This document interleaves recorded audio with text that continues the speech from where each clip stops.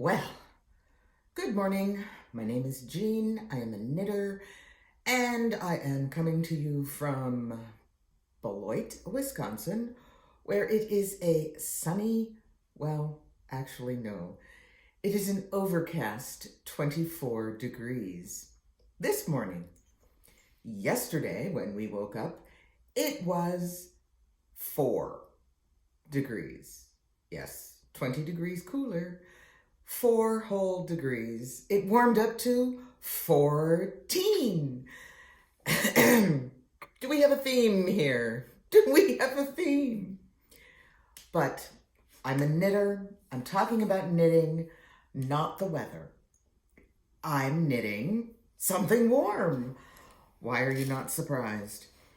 This is a Stephen West shawl, and it is Starflake.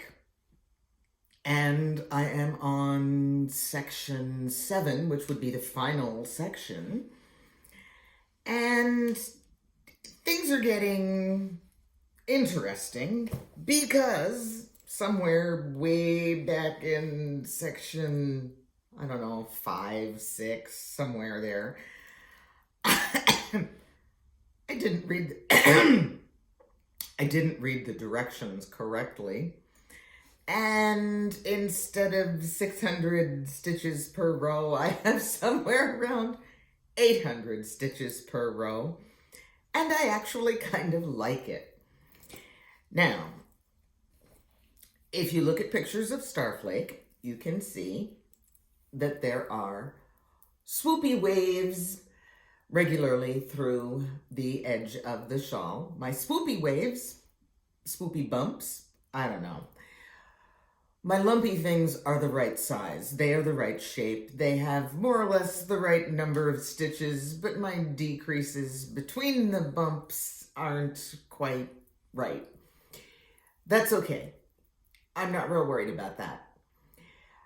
I also, as you can no doubt figure out, don't particularly care for alternating with garter stitch rows in one color and stockinette stitch rows in another color. And so after a small hiccup, I switched to garter stitch because I'm going to be honest, I don't mind purling. Well, the combination of an extra 200 stitches and stockinette stitch instead of garter stitch, it's actually pretty easy. Instead of alternating knit and purl, I just, alternate knit and purl instead of knit, knit, knit. It does slow me down a little bit because no, I am not as fast at purling as I am at knitting, but I don't mind purling, which is, I don't know, call me crazy. It's just part of making something that is knitted. And I've never really been a fan of garter stitch. Now, what I did for you guys was I did put an extension onto my cable on my cable so you could get an idea of how massive this thing has become. And I'm in the middle of a row. So I have my point protectors on so I don't accidentally drop stitches off. But I'm not worried. There's going to be plenty of yarn, even though I have an extra 200 stitches per row, because he might say you need 4 skeins, but you do not need 4 skeins. You need more like 3 skeins, and don't ask me how you're going to split that up into 2 different colors.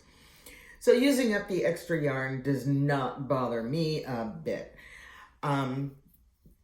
This is where I went a little loopy and added extra stitches because my loops don't skip. I did extra increases, but I actually think I did some of that in the row previous And I also did not do the color changes in the way that he designed, and it's just, thank you very much. This is my shawl.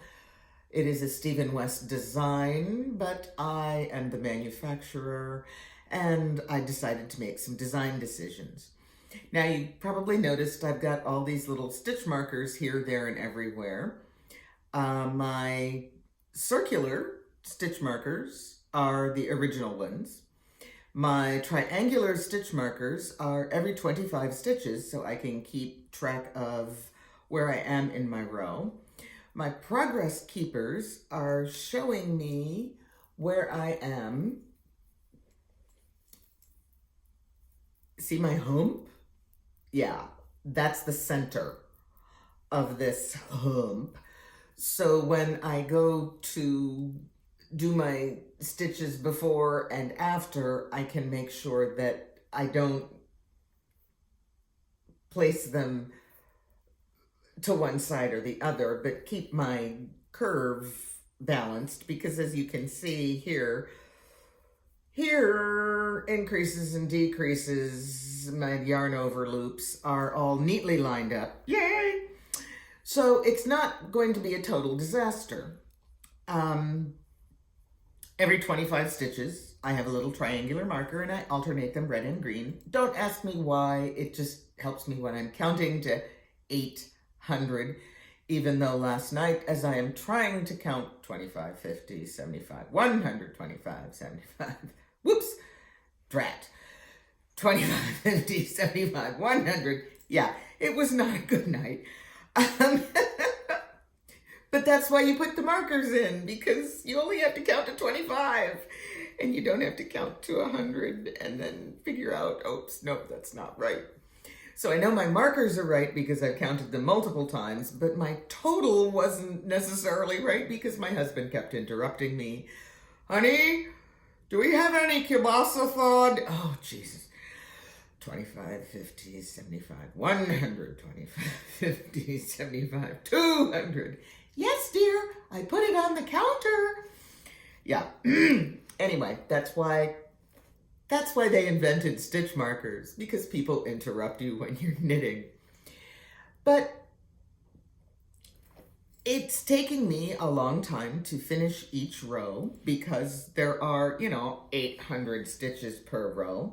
It's moving along. It's actually moving along faster than I had thought. I just have 2 more rows of this ho-hum, 2.5 rows of this ho-hum stuff. And then I start with the yarn overs for another row of eyelets over the bumps. And yes, you're looking at the back of the bumps, but you know what? It doesn't really matter so much because this is a Stephen West, and backs and fronts. He doesn't really care. And a 2-color brioche, yeah, no, that doesn't really have a back or a front either. So we're knitting, and I'm talking to you about my knitting, and I'm talking to you about my counting and my knitting, and what you cannot see is that this, you might be able to hear it, it's echoing a little bit. We have ripped out the carpet in most of the rooms of the house because in 2 days, not tomorrow, no, 2 days, Thursday and Friday, today being Tuesday, they're going to put in new carpet. And we've gotten the rooms painted that needed to be painted before the carpet went in. Yay! We got 1 coat coverage paint, which was supposedly guaranteed 1 coat coverage. It didn't actually cover, but part of the guarantee was if it didn't cover, you got another gallon for free. So we got exactly the amount of paint we needed, but we didn't have to pay for the 2nd gallon. But it was part of the guarantee. We got the coverage we needed at the price we paid. Yay, us. We are doing our best to maintain. I'm now at a point where these are the only ends that I have to bury. I took care of most of the other ones, and I will probably take care of these pretty soon because they're getting annoying and I like to get rid of them before I finish the project. So as I'm knitting, I will bury my ends properly, and then when I am done, I can rip it off the needles, bury that one last end, and fling it about my shoulders and walk out the door with it, which is something I rather like to do. Sometimes I'll block, sometimes I'll steam it a little, but I really don't like to have a lot of finishing to do at the end of a project. Trust me, I know this. So the weather outside is cold. It's threatening snow, but it only flurried a little bit last night. And I have lots and lots of stuff to do today. But I want to tell everyone, just keep knitting. It'll all be okay in the end. Just keep knitting.